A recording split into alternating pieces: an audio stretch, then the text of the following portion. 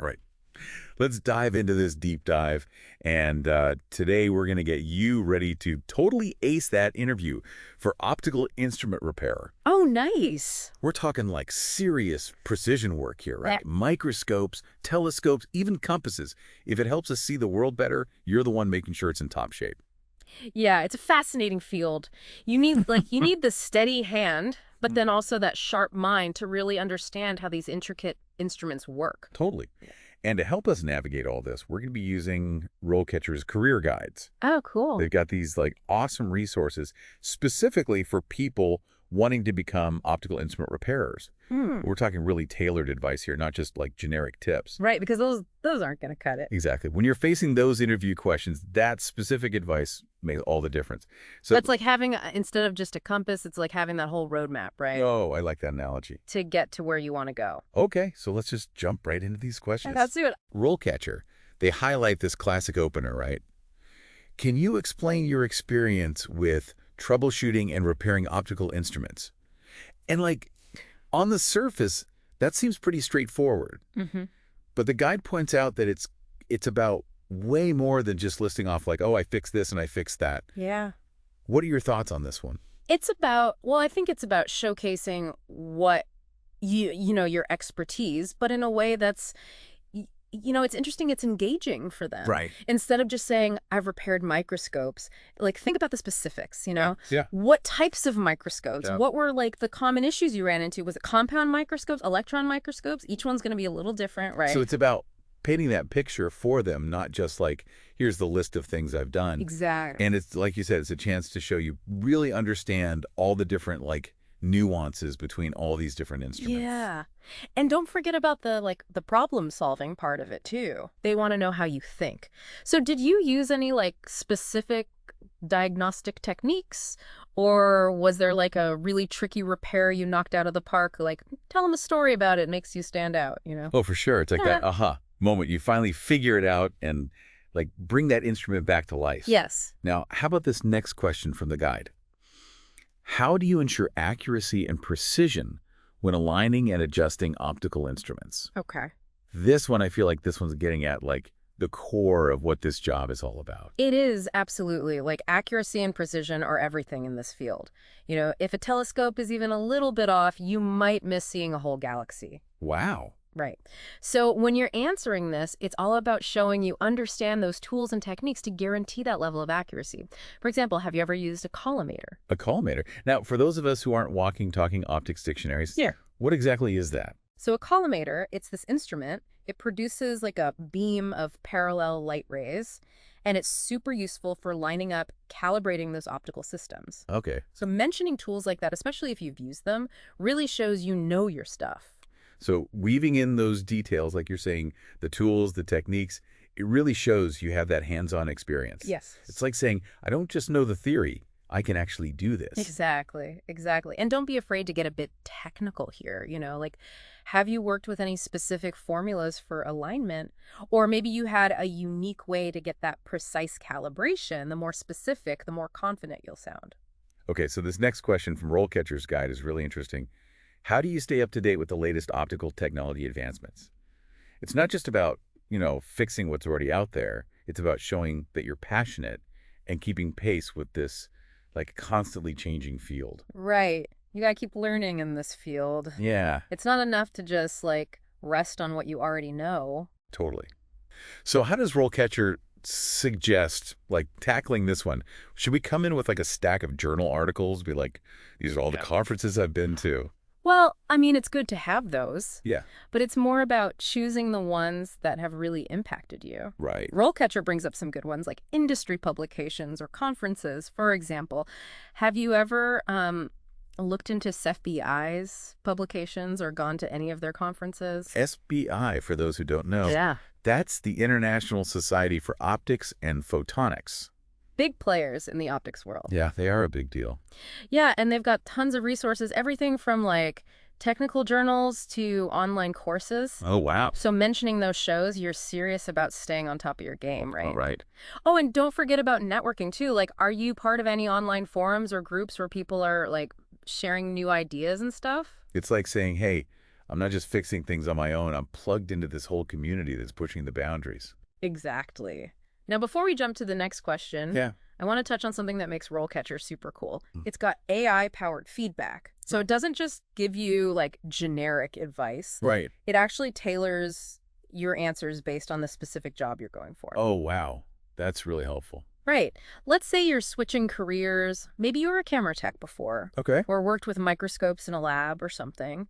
RoleCatcher can actually help you connect those dots for the interviewer. So you're not starting from scratch. Exactly. It helps you reframe your experience to show them why your skills are valuable, even if you haven't had the exact same job title before. It's like that saying, it's not about what's on your resume. It's about what you can do with it. Exactly. Yeah. Okay, let's get back to those interview questions. So RoleCatcher says, imagine they ask, can you describe a time you had to troubleshoot a complex issue with an optical instrument? This is where you get to tell a story. Ooh, I love a good story. Me too. Yeah. But remember, details are your friend here. Okay, so no vague answers. Nope. What instrument were you working on? What was wrong with it? Don't be afraid to get technical, you know? Yeah. Like, did you have to look at diagrams or use special equipment? That's like you're a detective, right? Yes. Piecing together those clues. And then, of course, how did you solve the mystery? What'd you do? And if you can, try to quantify the impact. Like, did you save the company money? Or maybe your repair helped a big research project stay on track. Yeah, it's all about those results. Exactly. Okay, let's move on to something a bit less intense. RoleCatcher says they might ask, how do you prioritize and manage your workload when you've got multiple instruments to fix? This is a very real-world question. Deadlines, demands. It's all about keeping those delicate instruments in order. Oh, for sure. Organization is key in this job. It is. They want to know you can juggle without dropping anything. Right. Think back to a time when you had a lot on your plate. How did you handle it? Any tools or techniques you used? So like project management apps, color-coded calendars, or even just a good old-fashioned whiteboard with a to-do list. Yeah, whatever works for you. Just be clear about your system, show them you can track your progress, manage those deadlines, and not let anything slip through the cracks. And don't be afraid to say you can adapt when you need to. Oh yeah, things change all the time. Exactly. Being able to roll with the punches is a great skill to have. And speaking of like rolling with the punches and staying organized, Right. let's talk safety. RoleCatcher's Guide, they bring up this question. How do you ensure the safety of yourself and others when working with these instruments? It's easy to get caught up in all the technical stuff, but safety is obviously super important. It really is. This question shows them you're aware and you're careful, that you're going to create a safe environment for everyone. So it's like more than just knowing how to use each tool safely. Yeah. It's about seeing those potential hazards everywhere. Exactly. Like, have you ever worked with, say, lasers or really strong light sources? Oh, right. Those need specific safety gear, especially for your eyes. Definitely. Sharing that knowledge shows them you're all about safety. It's like that saying, an ounce of prevention is worth a pound of cure. Okay, let's get back to some more technical stuff. RoleCatcher's Guide says they might ask, can you explain your experience with calibration and testing of optical instruments? This feels like where that, meticulous side of you really shines. For sure. Calibration and testing, those are key to making sure everything's accurate and reliable. Right. They want to see that you get that and that you have a system for it. So it's not just like chinkering around till it seems right. There's a real method to it. Exactly. Think about a time you calibrated something really sensitive. What were the steps? Any special equipment or software involved?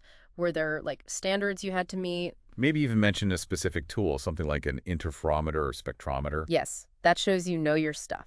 Now, we all know that not every repair goes perfectly. Oh, yeah. Definitely run into some snags sometimes. Right, so how do you handle it when a client's not happy? RoleCatcher asks. How do you approach a situation where a client is dissatisfied with the repair or service provided? Ooh, yeah, that's a tough one. It is. You got to put on your customer service hat for this one. Right, put yourself in their shoes. Exactly. Start by really listening to them. Let them know you hear their frustration. Try to figure out what went wrong. Was it a miscommunication? Are they unhappy with how long it took? And once you understand their issue. Right. Then you can find a solution together. Okay. Explain the situation clearly and tell them what you're willing to do to make it right. Sometimes it's not even about having all the answers right away. It's about showing them you care. It's about turning that frown upside down. Exactly. Okay, last question from RoleCatcher. Can you describe a project you led to improve the efficiency or effectiveness of the repair process for optical instruments? This is where you get to show off those leadership skills. Ooh, I like this one. So it's not just fixing what's in front of you, it's about making the whole process better. Exactly. Did you streamline a procedure, maybe create a new training program, or even just introduce a new tool that saved everyone time? It's about being proactive and, like, innovative. Yes. And if you can measure the impact, even better. Did it make things faster, more accurate? Did clients love it? Numbers speak volumes. They really do. Well, we covered a lot today, from the super technical aspects of this job to those, like, client interaction skills. We did. I feel like I learned a lot about this field. Me too. It's fascinating. I hope our listeners feel ready to go out there and totally ace those interviews. Remember, preparation is key. Think about these questions, tailor your answers to your own experience, and let that passion for this field really shine through. Couldn't have said it better myself. Huge thanks to RoleCatcher for the amazing career advice, and to you, our listeners, for joining us on this deep dive into the world of optical instrument repair. We'll see you next time for another exciting career exploration. Until then, keep those lenses polished and those instruments aligned.